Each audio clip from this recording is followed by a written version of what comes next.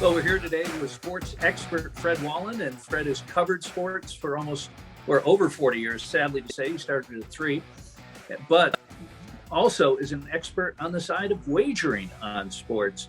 And we've had a lot of fun. Fred and I worked together this year doing the Football Forecast Weekly. And in the past, we worked for the First National Sports Radio Network. And Fred, you were the star, I was the underling, but you were always nice to all of us. Well, we were in Las Vegas, the American Sports Radio Network. And the 2 years previous, we had done Bally's Sports Central live from Bally's Hotel. So 5 days a week, I was in Las Vegas.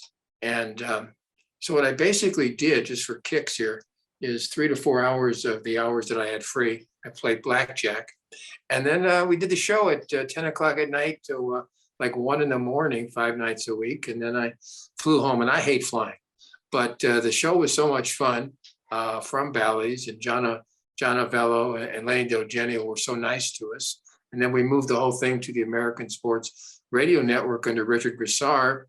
And as you indicated, one of the first 24-hour all sports radio networks. People may not know that, but it's a reality. And we had a kick with it. And I met you and met everybody else. And met Bill Belichick, as you met Bill Belichick, and the rest is history.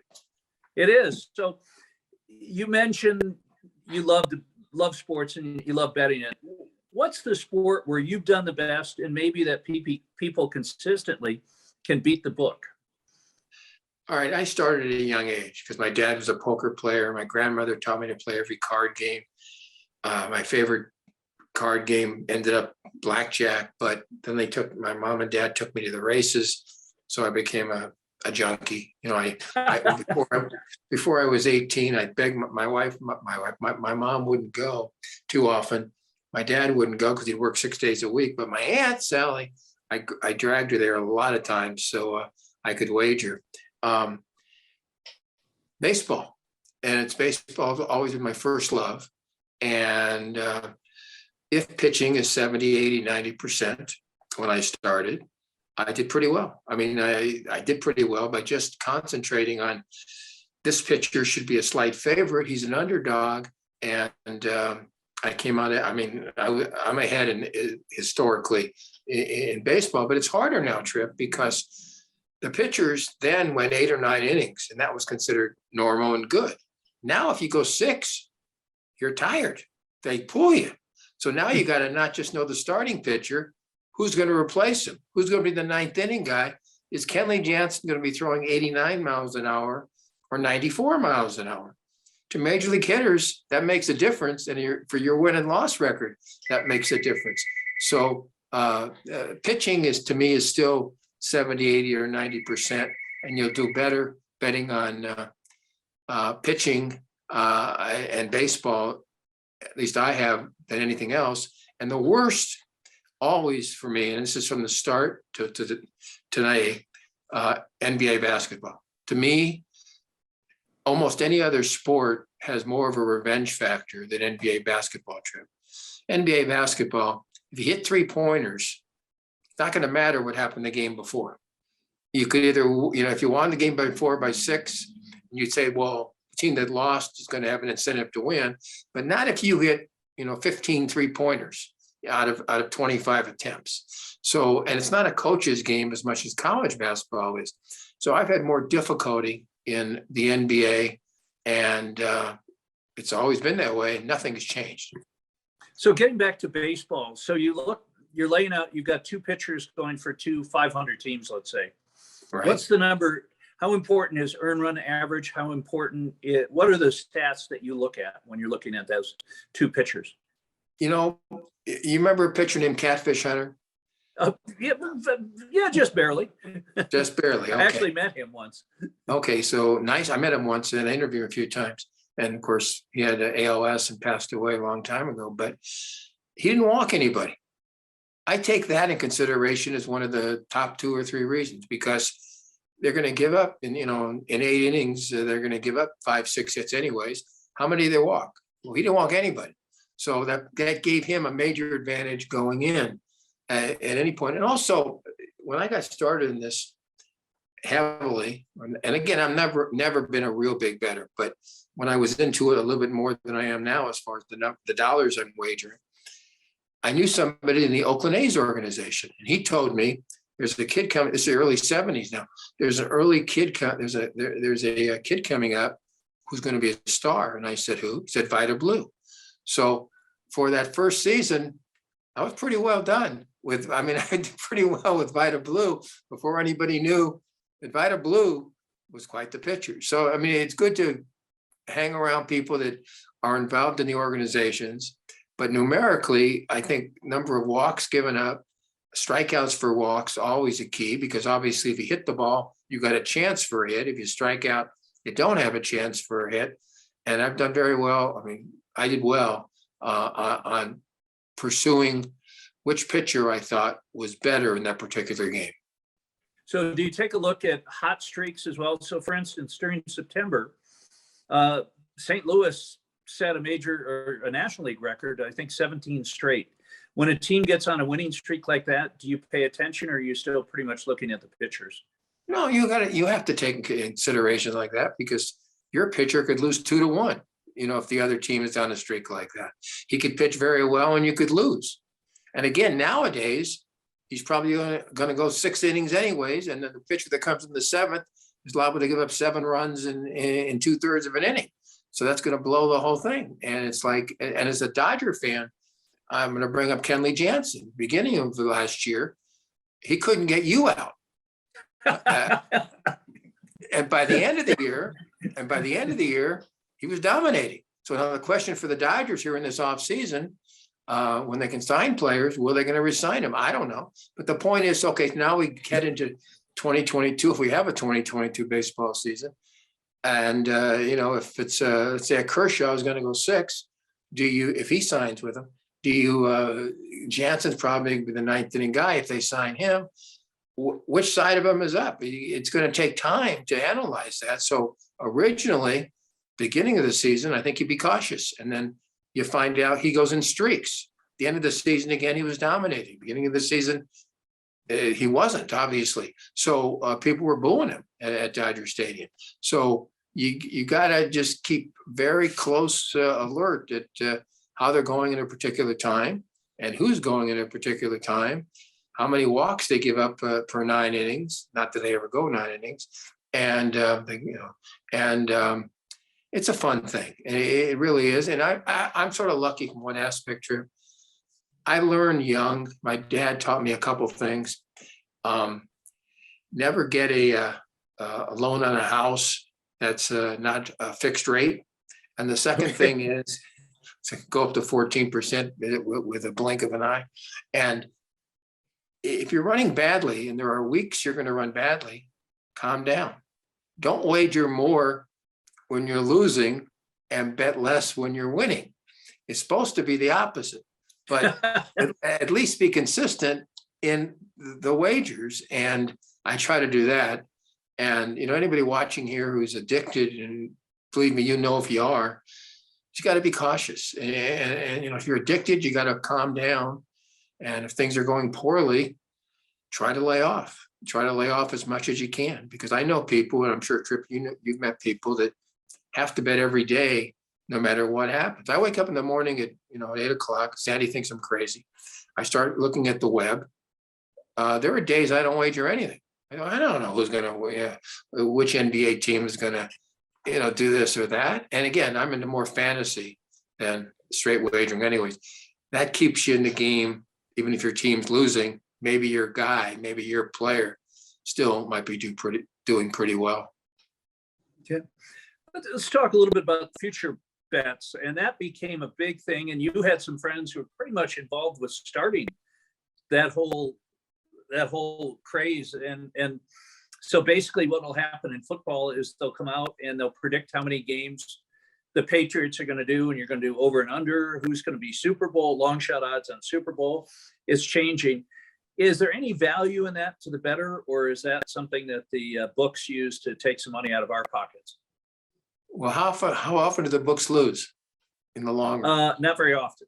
Very often, not very often. There's a big vig in that. What I'm saying is that straight betting you need 52.7, I believe, to come out even.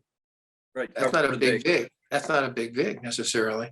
But I'm sure, and I don't know the exact number, and it depends on the casino, it depends on the house. But you bet these future books, you could be giving up 20%.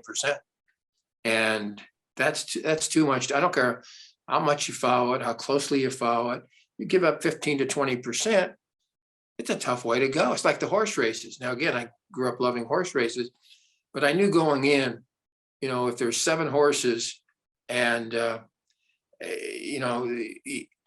the house is going to make 15 to 20% on that.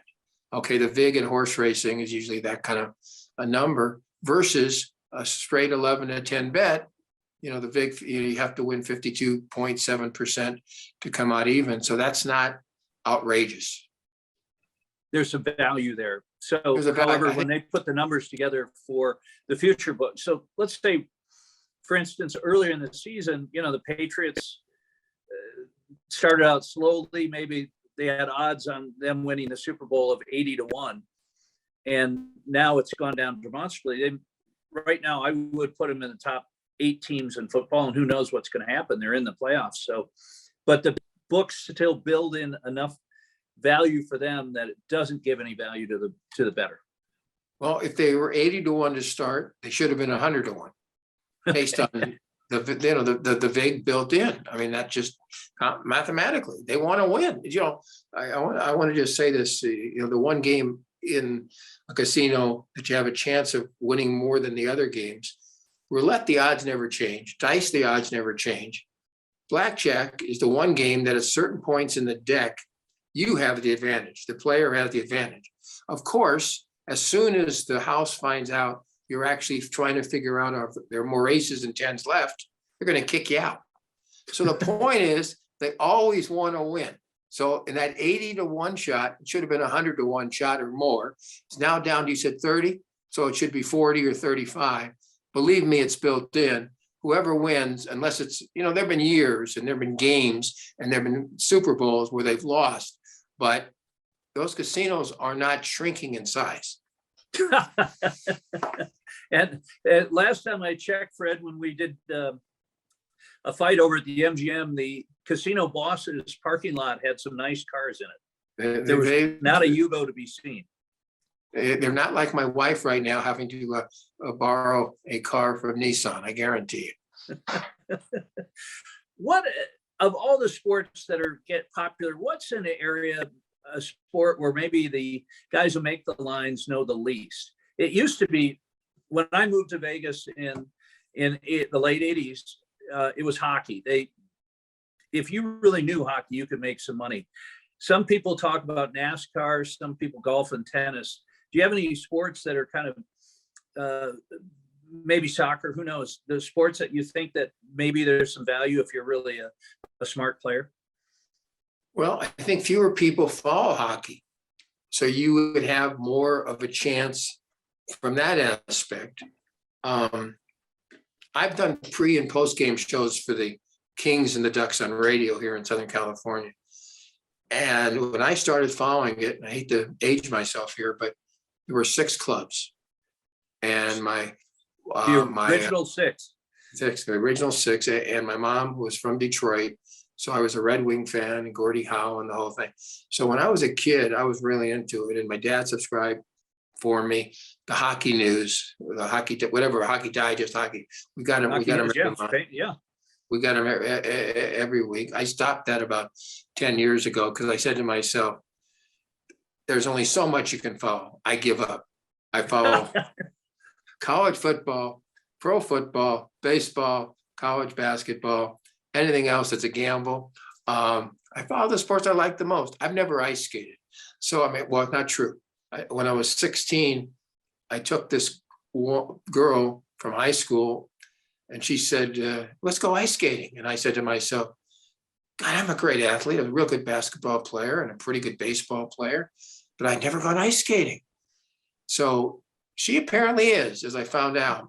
I must have tripped 19 times. She never went out with me again. So I don't know. If you don't know this, my point is I played enough baseball I could be a scout in my humble opinion. I played enough basketball, I could be a scout in my humble opinion. I couldn't be a scout in hockey. I know maybe who can fight best in hockey, but I would, outside of that, I would have no shot. So I stay away from hockey nowadays. And I wish people luck on Turner now watching it. I think Gretzky's doing a good job in the studio. I watch those stats on the show because I want to see what Gretzky can give to the game. But no, hockey to me is too tough to call. Yeah, and kudos to TNT. I think they put together both TNT and ESPN a great Butchergross on ESPN and Paul Biznasty from the Spit and Chicklets podcast, which is an incredible podcast. If you ever want to laugh at a bunch of idiots, listen to Spit and Chicklets. But well, that's great. So you would say that, so your advice ultimately is that stay away from some of the minor sports unless you have a super insight into it. And I know, for instance, I love NASCAR, but it's hard. The odds they give out have a ton of vig in for the house. There's really no value. I know nothing about motors and cars. So how the hell would I know if a Chevy's better than a Ford? I know, you can judge it by the race car drivers that usually do well at the end. And it's probably 80% car and 20% human being in that circumstance. But I know nothing about cars. Nothing. I can't fix a flat tire. So it's like, so why would I wager, and again, once in a while you see something and there might be a race car driver that you like. Okay, so I'll put $20 down or $50 down. But on a realistic basis, I know baseball. I think I know baseball. I think I know pro football. I think I know college basketball. I think I know a college football. And if I limit to that, and people, I'm just judging on what I like and know. It's what is the important issue out there. You may know motors. You may know how to fix your car. You may know when that red button comes on, what that actually means. My wife and I don't. So it's like, okay. So Fred, hey, that's perfect. So Lee, did we get everything on the 3 questions? Can we open it up now? yeah. Okay, so let's open. We're going to kind of make it a little bit broader based and do some fun stuff with your knowledge. But first, I want to say, Fred, tell me about playing blackjack 3 or 4 hours a night, how you didn't go home penniless from Vegas. What's your system? Well, the odds are set again, when we were in Vegas, it was 30 years ago, 30 years ago. Okay. When we were in Vegas, you got 2 to 1 for blackjack. Now you get 2 to 1, 1.5 to 1, 3 to 2, or 6 to 5. So some people were winning, or the house would not have cut that down. So there were some things that you had going for yourself going in. The odds on dice craps never change. You're always at a disadvantage. The odds at roulette never change. They're 35. You get 35 to 1 if you hit your number. There's either 37 or 38 possible spots where the ball can stop. So you're always at a disadvantage. There are certain places in a deck of cards. And again, now when we were playing then, there was 1 deck or 2 decks. Now there's 2 decks, 4 decks, or 6 decks. Makes it harder. But there are places in that deck where the player, Trip or Fred or Sam or Eli or Julie, listening and watching right now, would have an advantage. You have to take advantage when it's in your favor. And the house doesn't like that, but you have to act like you're not really counting the cards. You have to act like, but then they're basically saying they only want nitwits to play. All you got to do is forget okay, let's go from this aspect. If you lose 5 hands in a row at $10 to the casino, you're down $50, right? 5 times 10. Okay. Now you hit a $10 one and you're counting the cards and you're figuring out, hey, there's some 10s coming out, aces coming out. So now you bet 20. Okay. So now you win that 20. So now you've got 30 of your 50 back. Now the cards are still in your favor because they haven't reshuffled yet. And now you bet 25. and you win. So now you're $5 ahead because you've won 10, 20, and 25. That's 55. You're now $5 ahead. And now is when they kick you out. If you're obvious, you bet 35 or 40. And if you win, you're now 35 or 40 or 45 ahead.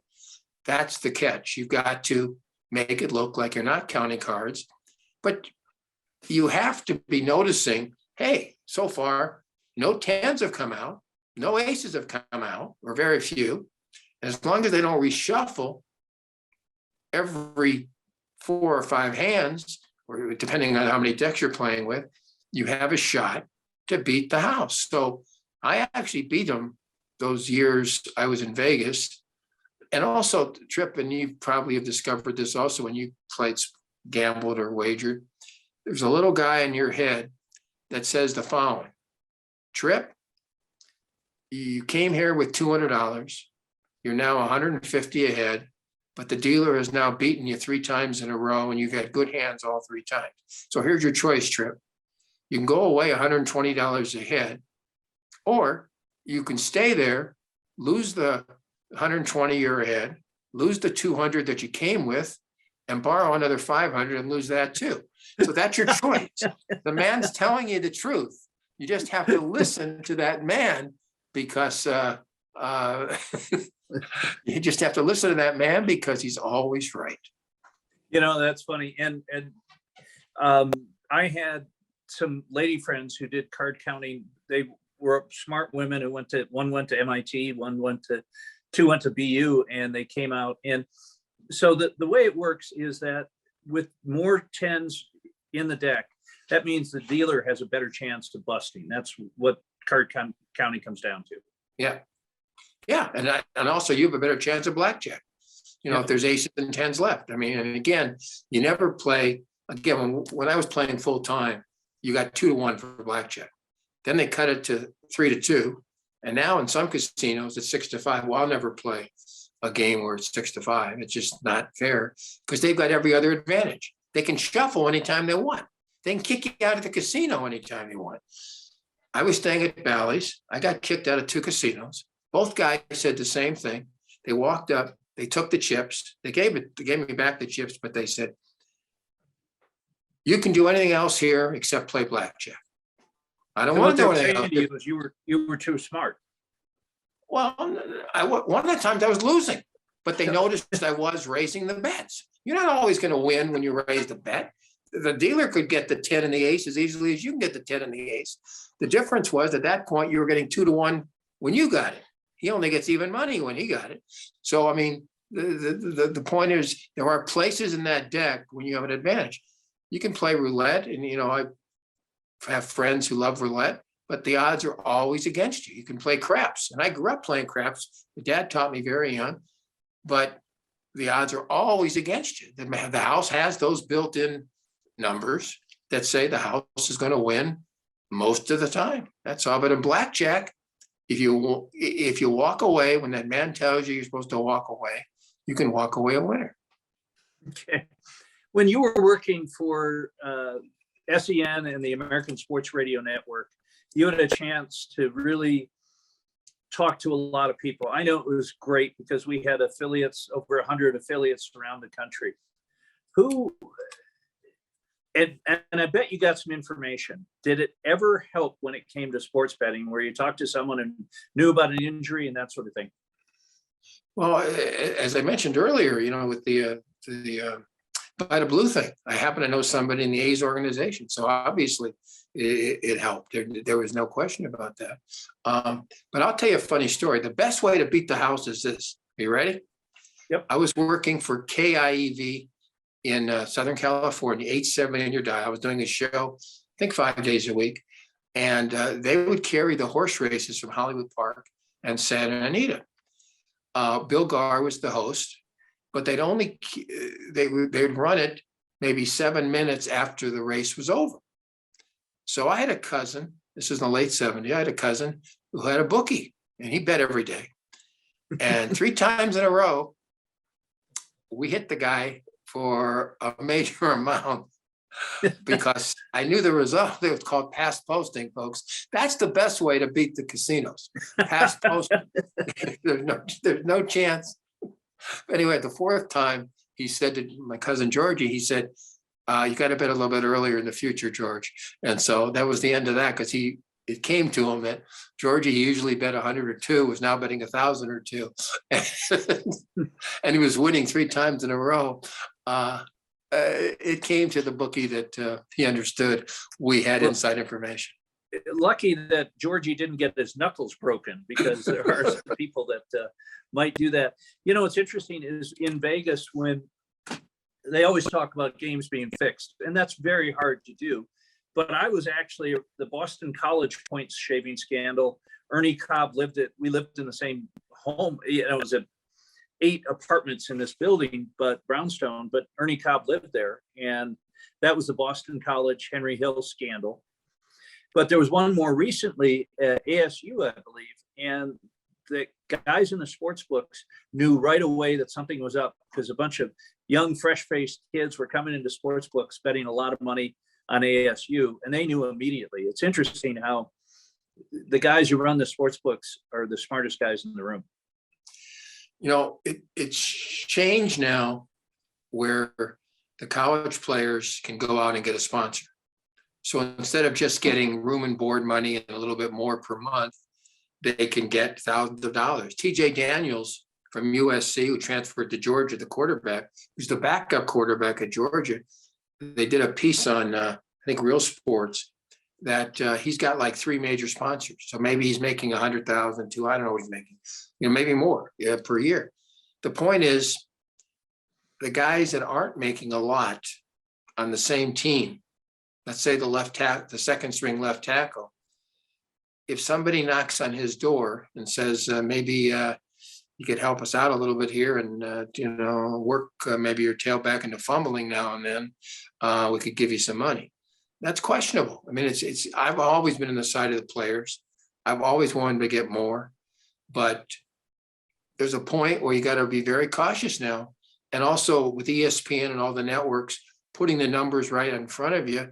Again, you like gambling. I love gambling, but I'm just wondering, are we going to see more of what you just talked about as far as fixes in college more than pro? Because the pros are making so much money.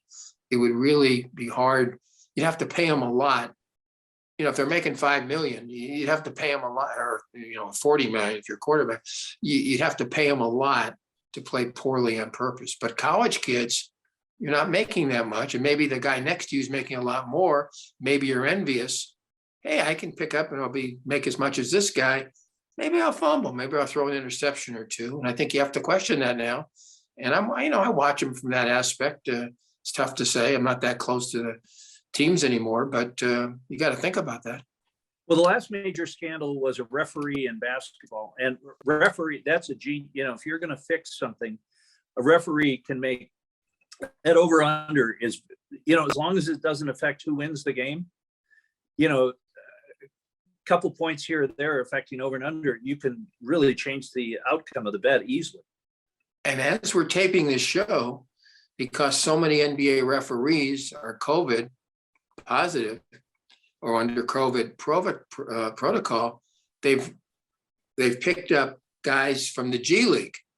The guys in the G League, a referee might make $100 a game. There's your point.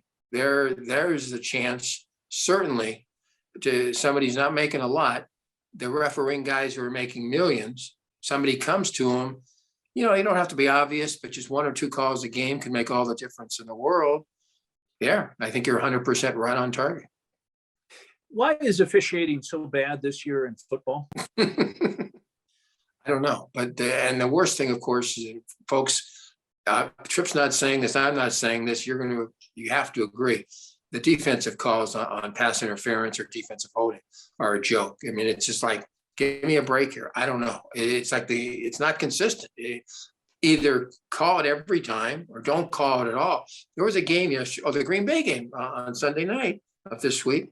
I don't think the Packers had a penalty until midway in the fourth quarter. But the game, and I didn't care who won. I mean, I'm planning. Well, I did because I needed Rodgers to throw fantasy. Yeah. fantasy. I needed Rodgers to throw a couple touchdowns. But the point being, I didn't care who won.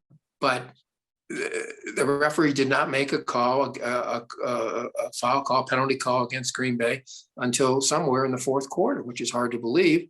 But and then there's another game where you'll have 12 calls in the first quarter. So from a fan's perspective, you probably have fewer calls, but all I'm asking for is consistency. Is it pass interference or is it not pass interference? In college, and this is the key, folks, if you understand, in college, there's a rule called face guarding. A defensive back cannot go after the wide receiver, the tailback, as he's trying to catch the ball. If the defensive back is not looking for the ball, he's looking directly at the wide receiver. That's face guarding. It's face guarding every time. Should be face guarding every time in college football. That's a rule. In the pros, there isn't a face guarding rule. So the defensive back can look directly at the receiver at the last second, put up his hand and knock the ball away. And that's not necessarily a call, but sometimes it is, and sometimes it isn't. And that's where you get the inconsistencies as far as the calls the last year or two in the National Football League. Well, it's interesting in that baseball officials, hockey and basketball are all full-time. This is at the professional level. This is their job, 100%. Whereas football, the guy, a lot of insurance salesmen are football referees on weekends. And some people have called for them to become full-time. I don't know if it'll make a difference or not, but there has been a call out there. Yeah, I think it would make a difference. I really do. I think people would look more closely at them. I think it'd be, again, their full-time job. Yeah, I think it would make a difference. And there's got to be a reason for the inconsistencies. I know they know the rules. So it's just how they're calling them and when they're calling. You notice how many times the announcer on TV will say, no flag. Oh, here it is. It's like the referee is thinking to himself, 1, 2, 3. Okay, I'll throw the flag. Well, he's supposed to know that before the third, the second, or the first second, right away. I mean, it's either a penalty, it's either defensive pass interference or CPI or not. And I just find it very wary. I really do. Tonight, folks, we're taping this show on Monday. Tonight, the last game of week 17 in the NFL, you got one team, Cleveland, who's out of it, and one team, Pittsburgh, can sneak in. So watching this game tonight, you got to wonder who's going to put out and who's not going to put out. Might Cleveland just try to show the world they're going to play hard anyways? Or Big Ben, which could be his last game at home in a Steeler uniform, and if they lose, it'll be his last game, I think, anyways. But my point is, it's interesting psychologically to try to figure out which team is going to play harder. You figure Pittsburgh automatically because they've got something to play for, although the odds of them making it are slim. And Cleveland has nothing to play for except looking good on national TV and not throwing 4 interceptions as Mayfield did a couple of weeks ago. He's not a bad actor, though. I actually like his commercials. Well, it's funny when a third-year quarterback gets all those commercials, immediately it seems like they have a worse year. And, it great. Baker Mayfield lives at the stadium, big deal. But it is kind of funny. And then Aaron Rodgers gets all those commercials, then he has his problems. There might be a reverse jinx there. I don't know. Well, look at this. I totally supported Aaron Rodgers when Brett Favre treated him like dirt. When Favre 3 years in a row said he's going to retire and didn't retire. I was always on Rodgers' side. He's a Cal guy. I figure, Pac-12, and he's from this part of the world and seemed to be a smart guy. And then he pulled the immunization deal. I could never like him again because he put others at risk. And he thinks he's the smartest man in the room, and he doesn't blank care that he's putting others at risk. Yet, when I play fantasy, I'm playing him. Not next week because I think they've already locked. It doesn't matter. I don't think he might not play next week, but I almost always play him because he is, along with Brady and Mahomes and a couple of others, 1, 2, 3, the best quarterback in the National Football League. And they're going to pass a lot, and he's got a lot of receivers. So I give up my soul and what I really believe to play fantasy and get on his back. But again, Well, if you're a big star, you get away with it. You get away with it. By the way, giving up a couple of weeks ago, you were in the top 0.1% of fantasy players in the whole country. Tell me about that week. Oh, well, again, folks, when I say sometimes I bet a nickel, I don't mean $5, and I don't mean $50, and I don't mean $500. There are games that I only bet a nickel. So I get the notice from FanDuel that I won. So you bet all of 5 cents. You're a high roller. Well, there are times I bet up to, I'm just talking, I'll bet. It depends, how the week's going and things like that. I may go up to 25 cents or 50 cents or $1 per game. I don't just play one game though. So you're playing 20 games. You know what I'm saying? So it's like Sure. Different teams and whatever the case may be. But so I get the notice that you win first place. So I said to Sandy, my wife, I said, well, things aren't going too well, but I'll probably pick up $40 or $60 for the nickel. I got $1.43. Because 100 other people also had the exact same five guys in fantasy. See, FanDuel, and if you're into fantasy, you'll understand this. Fantasy asks you to come up with 5 players. DraftKings asks you to come up with 6. It's harder to get the same combinations in 6 as it's harder in 6 than in 5.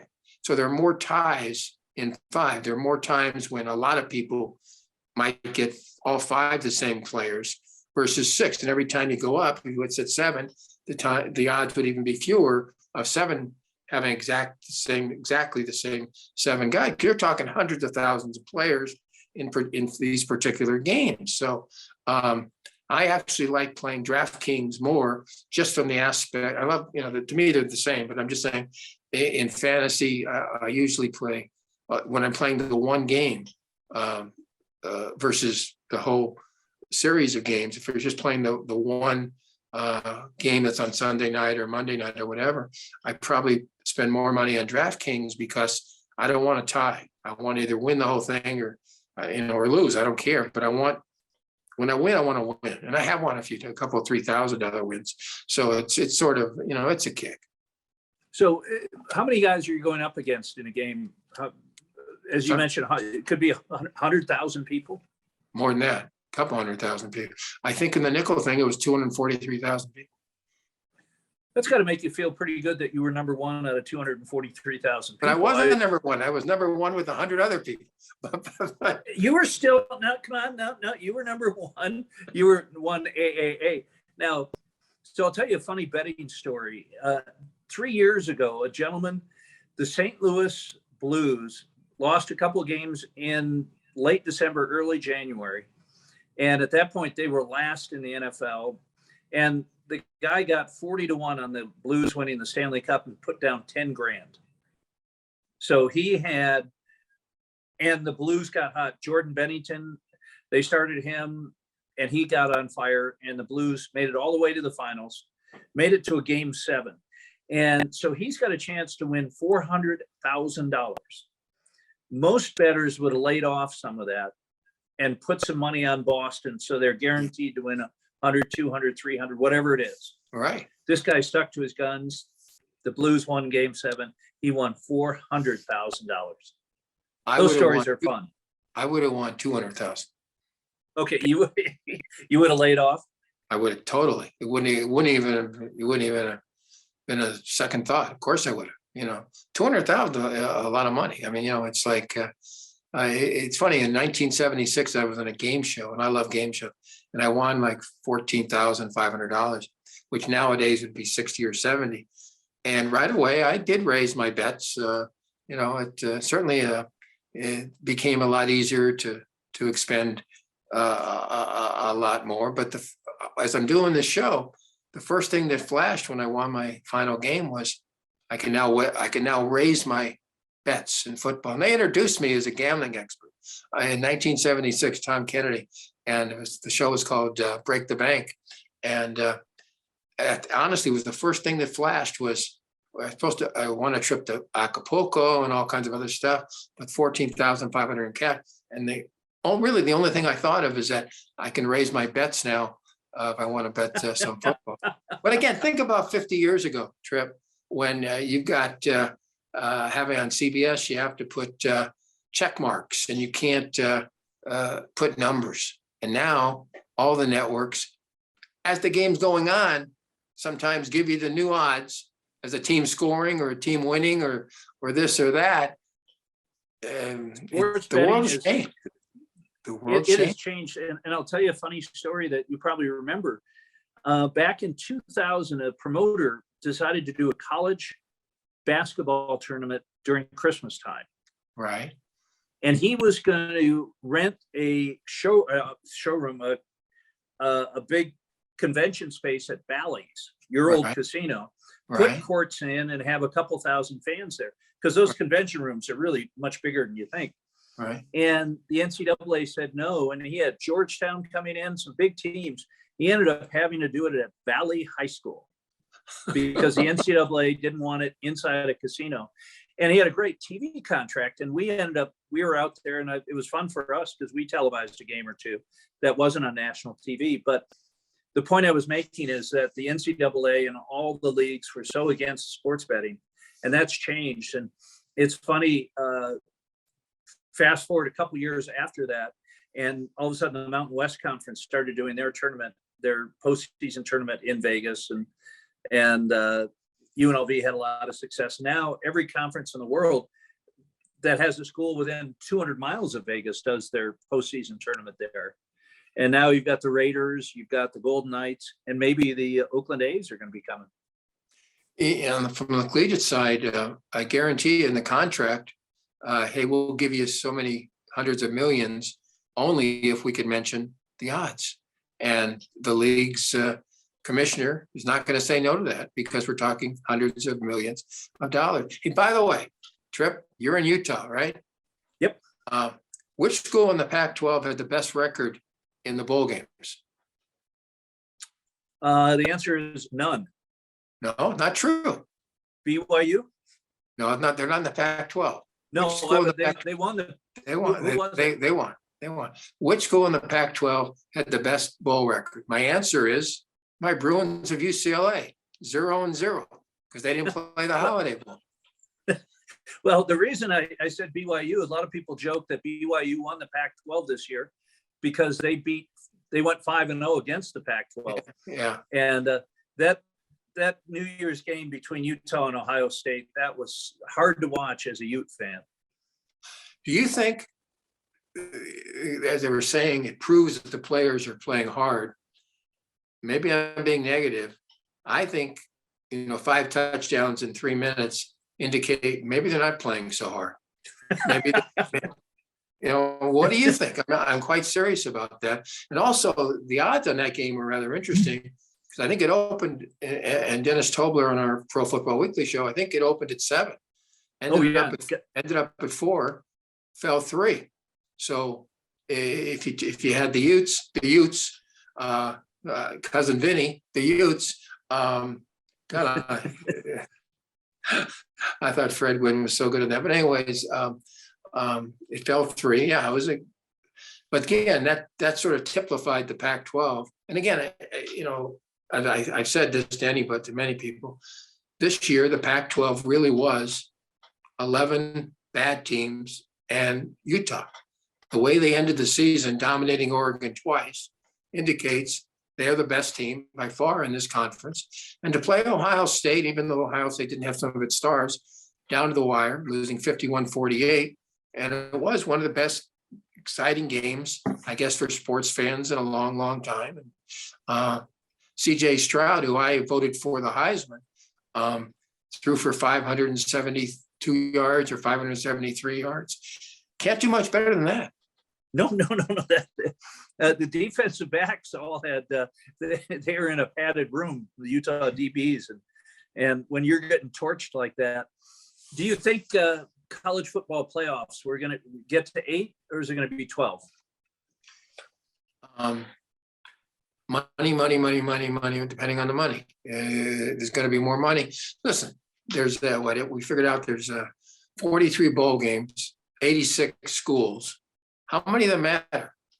When you and I were growing up, there were 4, 5, or 6 that mattered. And then they added a few. Maybe there were 8, 10, 12. But now there's 43.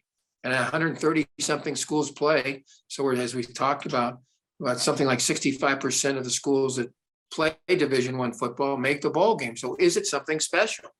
No. And the other question is, Tripp, and when you're wagering, since Christian McCaffrey a few years ago at Stanford opted out of his bowl game, a lot of kids are doing that.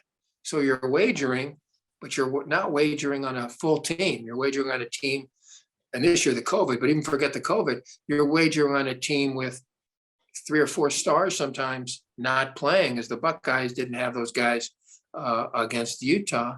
Got to be very, very careful because, and again, I don't begrudge the guys from not playing because they want to not be hurt for the NFL and this and that. But all year long, you're a team, and then all of a sudden, it's me, and not the team. And I think you have to question that because that's as bad in some ways as a coach like Brian Kelly jumping his team before their bowl games.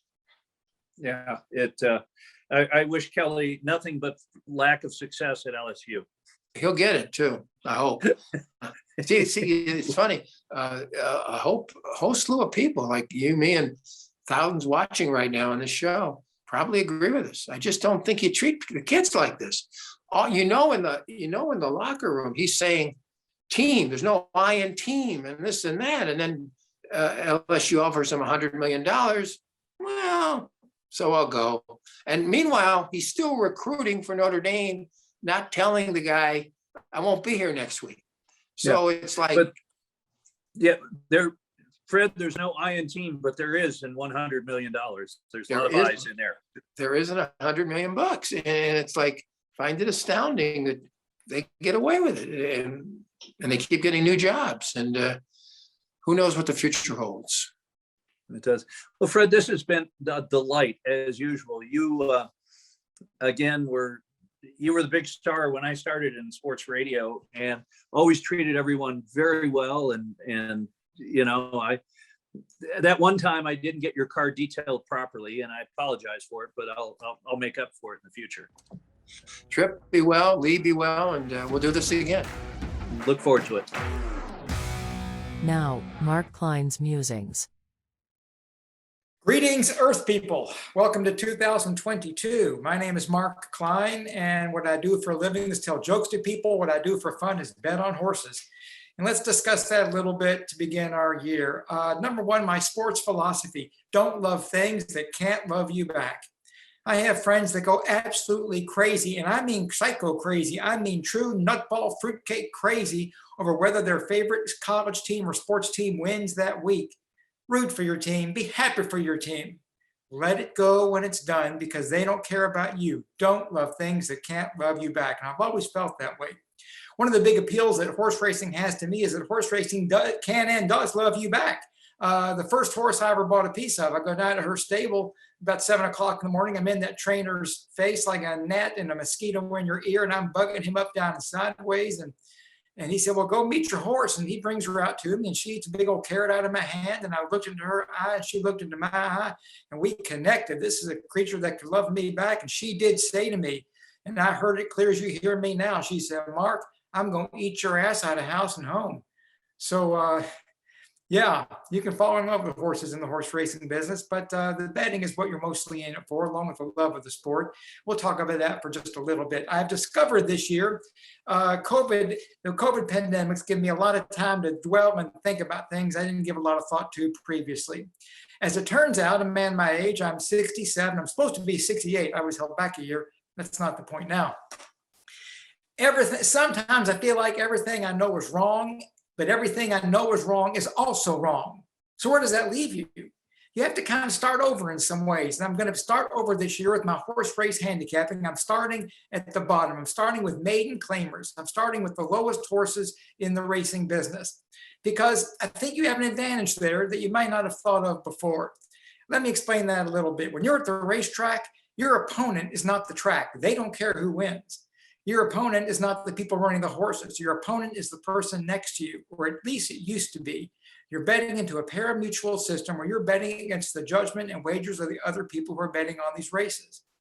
Now you're betting against computers. In the modern era, moving forward from here on, you're betting against gigantic computer programs that can drill down deeper than a root canal. These programs can drill down with algorithms and statistics on trainers and tracks and quarter mile fractions, things you won't have time to think of or get to yourself. So you'll never have the statistical advantage over a computer. The advantage you do have is if you're at the track, you can go to the paddock, look at, have an eyeball on, and smell that horse. You can see what they look like physically. And the cheaper the horses are, the more important the physical difference is. Because look at, in a stakes race, the beauty contest in the paddock, they're all world beaters. They're all multi-million-dollar horses. Sons of champions, fathers of champions, daughters of world beaters, future world beaters. They all look like $1 million because they are $1 million. You go to watch $10,000 maiden claiming horses trying for the 5th time to break their maiden and win that first race.